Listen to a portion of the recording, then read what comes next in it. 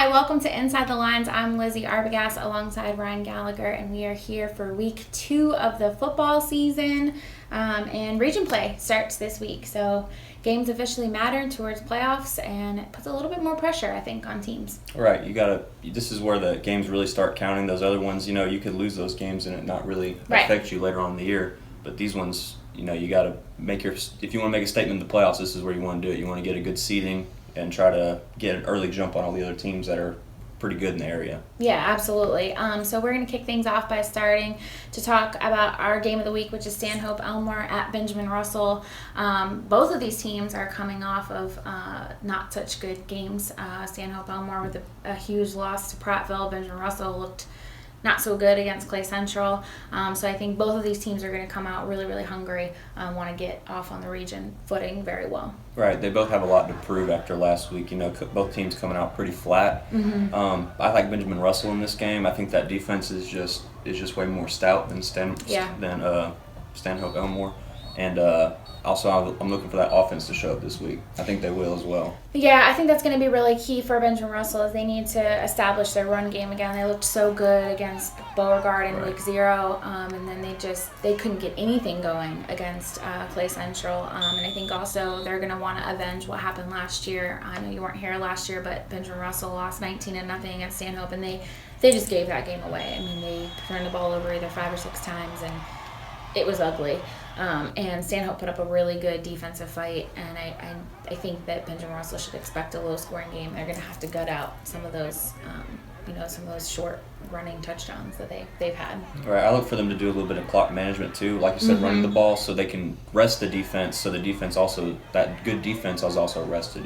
Yeah. And, help make the offense help them out a little bit. Yeah, absolutely. And I think this game is really, really important for the region standings because I think Wetumpka or Opelika is most likely going to win that region and most likely going to get the 1 and 2 spots and host a playoff game. And this could really determine who's going to get the 3rd and 4th spot. And I think whoever loses this, now your back is really up against the wall in the region. You've got to beat the other 2 teams in the region to guarantee your playoff spot. So it's hard to say the first region game is the most important, but I think for these 2 teams, could be the most important. So. I agree. All right, then we'll move on down to Dadeville, who is headed to Southside Selma. And I really like this matchup for Dadeville to start the region play. This is a game that barring anything crazy, I think they should win this game. And they looked so good against Railtown. Right, they looked awesome. Yeah, and I think they need this game to keep that confidence building. This game, they could take a step back if they end up losing. And I don't think that they should. Right, and we saw Coach White how excited he was even after a loss, and because he said he found out what kind of team he has, and he knows that his team is nitty gritty, and they got normally it's Thunder and Lightning, but they got Lightning in the backfield with Holly and Nelson, and those guys get big chunk plays, and the special teams really helped them out last week against Railtown, and I look for them to do that again with to set themselves up with short yardage. And also pin other guys deep, maybe. So Christian Nelson gave us a little bit of a scare last week, but he's fine. Coach White said he just, got his clock knocked, if you will. But he'll be back, and I think those 2 obviously will make a huge difference throughout the season, as well as Jamarian Wilkerson. He was our player of the week this week. They have athletes that are really, really fast. My worry with Southside is that they're so big. Coach White said that he said that Southside average is about 270 across the line, which is really big compared to Dadeville. But Dadeville does have a couple of really big weapons on the offensive line. Might not be that big, but...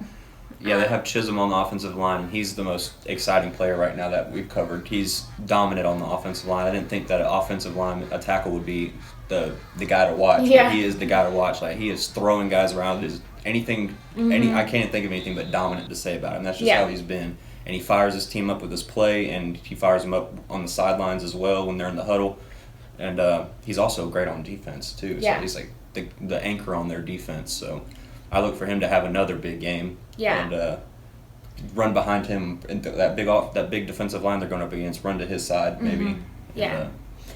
Another team that is in action is Horseshoe Bend, and they need to get something going. They play at Thorsby, and Thorsby and Railtown are sort of the favorites to battle it out for the region title this year. And I get so scared for Horseshoe Bend because they're and they have to go play Reeltown at Reeltown next week, and they're staring down a very likely 0-4 record to start the season. Possibly, but the good news is they're getting their starting quarterback back, Holt Tidwell, this week. He was out last week. He got a concussion in the second half of the first game.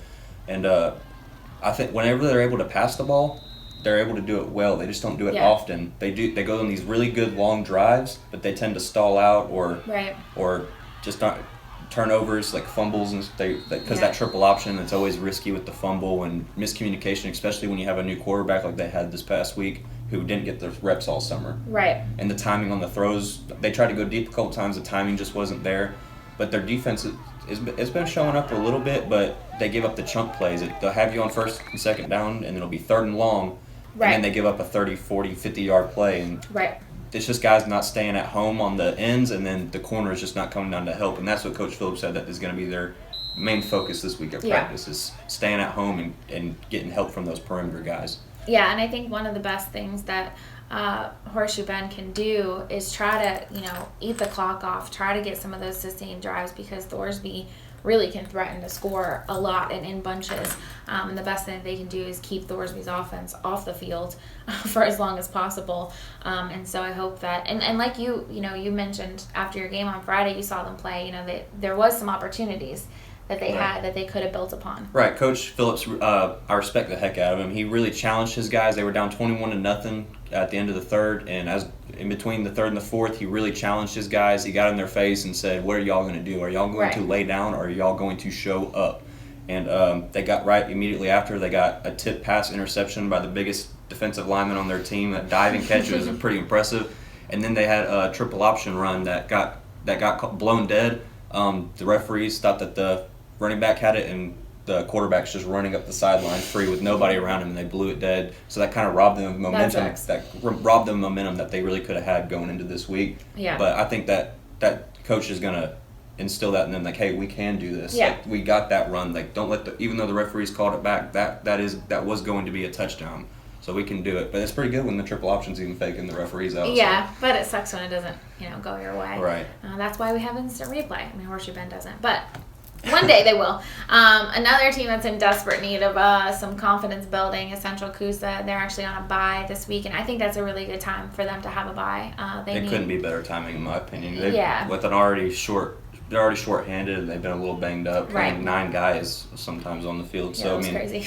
So and maybe look to get a little scheme change or something, or see what they're going to do. Like, it's just been a rough year to begin with, and I think that they need this little break right here. Yeah, and I think just having time with their kids where they can focus on only themselves. They're not game planning for anybody else. Right. But they get a full week to really just think about themselves. I think will hopefully help Central Coosa moving forward. So the only other team that we have in action this week is Reeltown. They host Fayetteville in their region opener, and I mean, obviously I like Reeltown in this game. They're just playing really good football right now. We both like Reeltown to be at the beginning of the year, and they're showing us why. Like, that was a tough.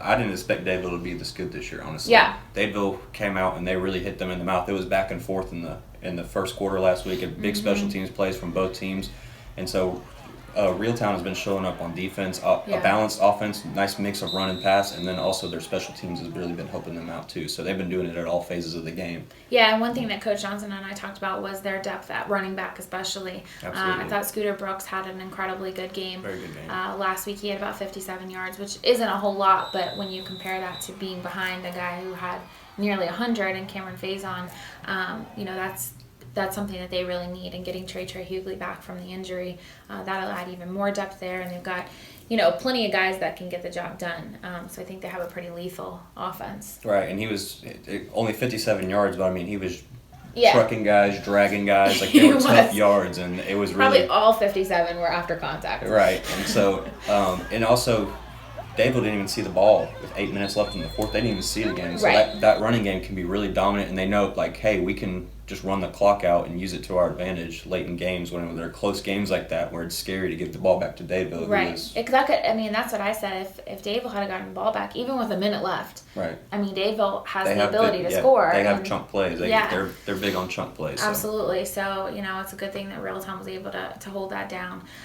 So That's it for this week. Hopefully it'll be a good set of games. Make sure to join Scott Hardy and I live on Friday night at 6 o'clock. We will be at the Benjamin Russell game. They're hosting Stanhope Elmore. And my biggest hope is that Benjamin Russell can just get back on the right track. They looked pretty bad last week against Clay Central. They need to just shake that off. And like we said at the beginning, this is what counts now. The first 2 weeks don't really matter. Now is when you've got to play your best football. Yep, absolutely. So hopefully they can put a little bit better showing. So thank you guys so much for joining us, and we will see you on Friday night.